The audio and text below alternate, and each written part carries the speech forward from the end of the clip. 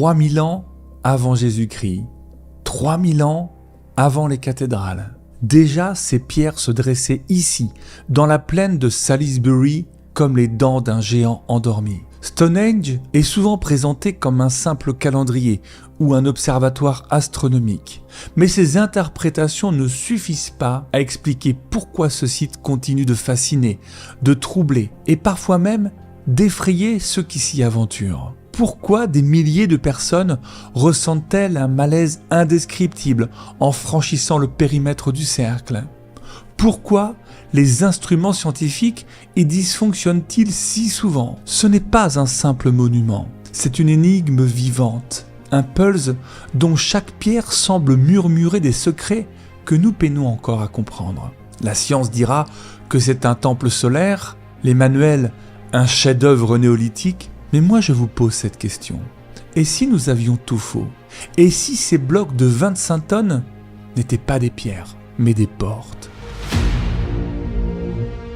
Depuis 12 ans, des témoins rapportent des phénomènes inexplicables, des boussoles qui s'affolent, des visiteurs tombant en transe sans raison. Cette pierre maudite, la Hillstone, qui brûle la peau de ceux qui osent la toucher à minuit. Aujourd'hui, pour la première fois, nous allons réunir les découvertes archéologiques interdites, les témoignages des gardiens du site et des expériences qui défient la raison. Préparez-vous à entendre Stonehenge comme jamais auparavant. Parce que ces pierres, elles parlent, à une condition, que vous soyez prêts à les écouter. En 2013, des recherches ont révélé une découverte stupéfiante. 30% des pierres de Stonehenge résonnent à des fréquences précises lorsqu'on les frappe. Pour comprendre l'importance des fréquences sonores à Stonehenge, il faut imaginer les capacités auditives de nos ancêtres. Les sociétés néolithiques étaient bien plus sensibles aux vibrations et aux sons que nous ne le sommes aujourd'hui, noyés dans le bruit constant des villes modernes. Ces fréquences spécifiques, comme les notes de La et Mi, découvertes par l'équipe de l'University College London, n'étaient peut-être pas seulement des sons, mais des clés. Des clés capables d'ouvrir des portes invisibles, des seuils entre notre réalité et quelque chose de bien plus vaste. Imaginez la scène, la nuit du solstice, des centaines de personnes en cercle, les chamans frappent les pierres avec des maillets de bois, les ondes sonores rebondissent entre les pierres, créant un infrason de 2 Hz, une fréquence connue pour induire des états de transe. Et soudain, dans cet écho amplifié par la géométrie parfaite du site, quelque chose répond. Des témoins modernes le jurent. Parfois, le cercle entier se met à bourdonner sans cause visible, comme si Stonehenge se souvenait de sa fonction première. Les pierres bleues, ces blocs tachetés de quartz, sont au cœur du mystère. Pour les druides contemporains, ce sont des antennes, aussi appelées dolérites. Elles proviennent des montagnes Presley, au pays de Galles, à près de 250 km de Stonehenge. Leur transport jusqu'ici reste un mystère archéologique, car aucune technologie connue de l'époque ne permet d'expliquer comment des blocs de cette taille ont pu être déplacés sur une telle distance. Certains théoriciens avancent qu'elles n'ont pas été apportées, mais plutôt attirées, comme si elles avaient été guidées par une force invisible, une intelligence supérieure qui savait exactement où elles devaient se trouver. Des passerelles vers le monde des esprits. En 2017, une analyse approfondie de 127 témoignages a montré que 68% décrivaient une sensation de chute libre.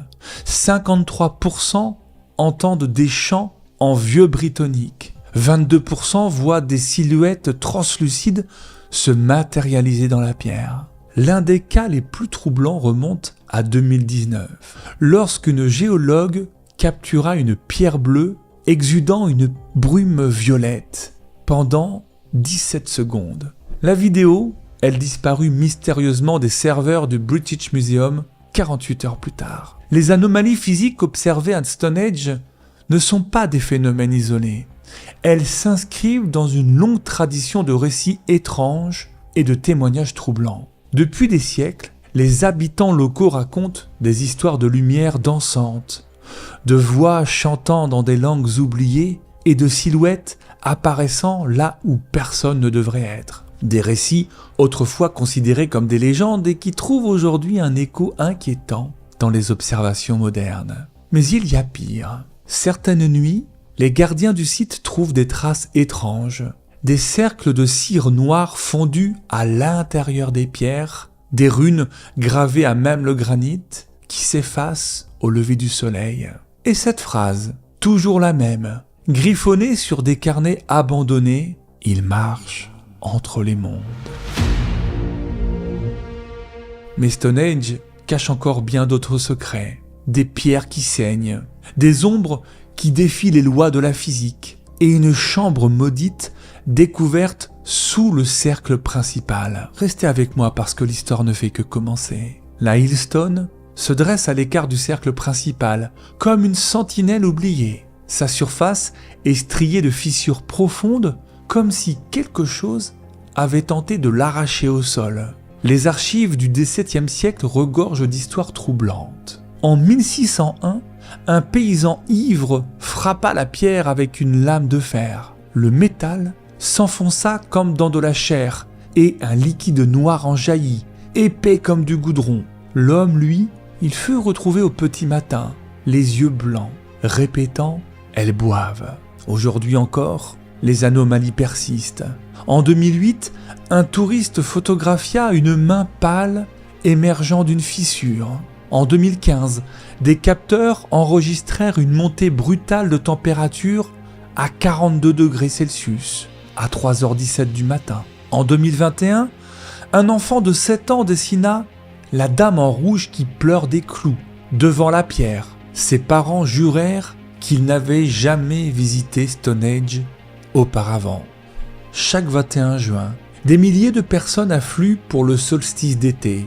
Mais ce que les médias ne diffusent jamais, ce sont les phénomènes qui se produisent après le départ des foules. En 2018, un drone filma 3 silhouettes encapuchonnées traçant des cercles avec une poudre argentée. À 23h42, leurs ombres continuèrent de tourner, 13 secondes après qu'elles eurent cessé de bouger. La vidéo fut classée secret défense par le gouvernement britannique.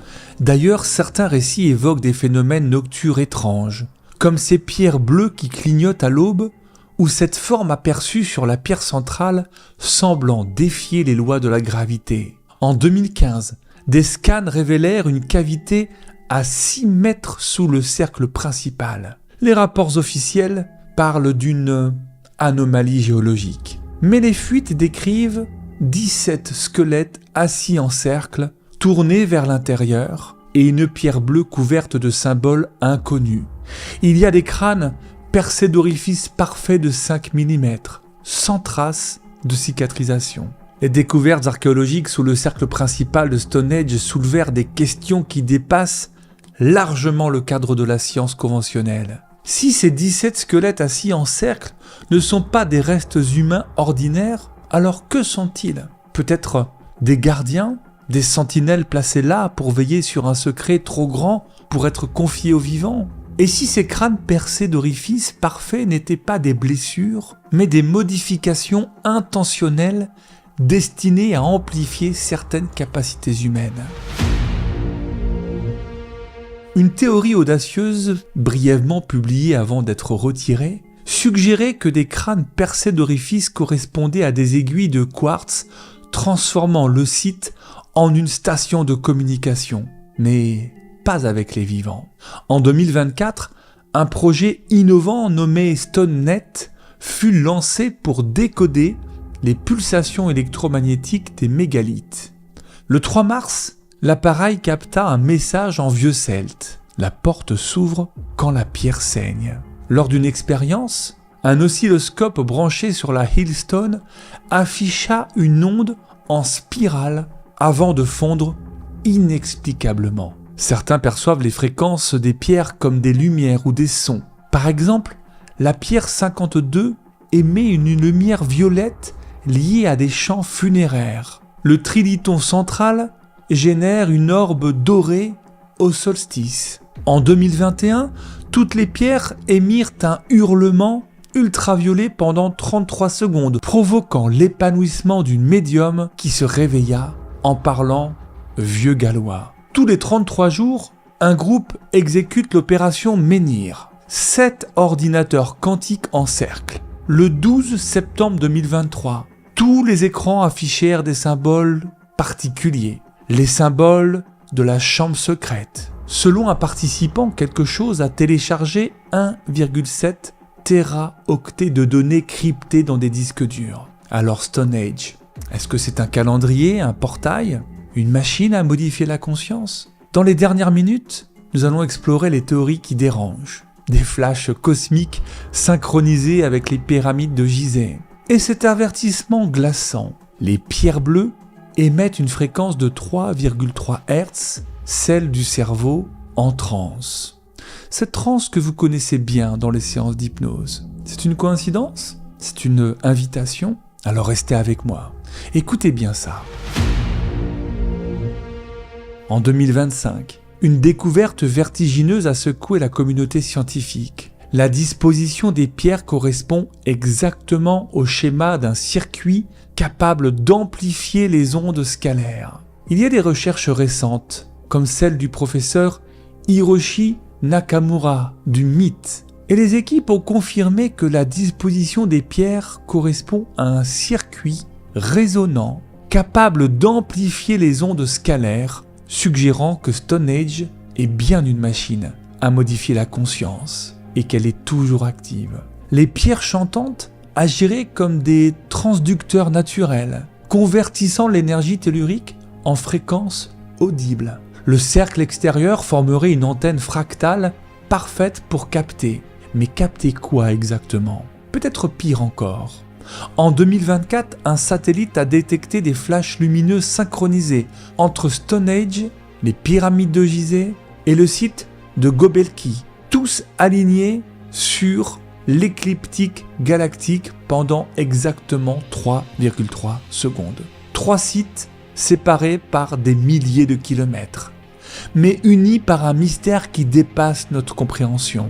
Certains scientifiques maintiennent que Stone Age est une horloge astronomique d'une précision effarante. Mais alors, pourquoi ces anomalies magnétiques ? Pourquoi ces pierres qui chantent ? Pourquoi ces âmes en transit ? À ce propos, un autre gardien du site rapporte, et je cite, « Parfois, les étoiles semblent trop brillantes entre les pierres, comme si le ciel était plus proche. » Les druides modernes et les physiciens quantiques s'accordent sur un point. Ces mégalithes pourraient être des ancres, stabilisant un pont entre notre monde et d'autres réalités.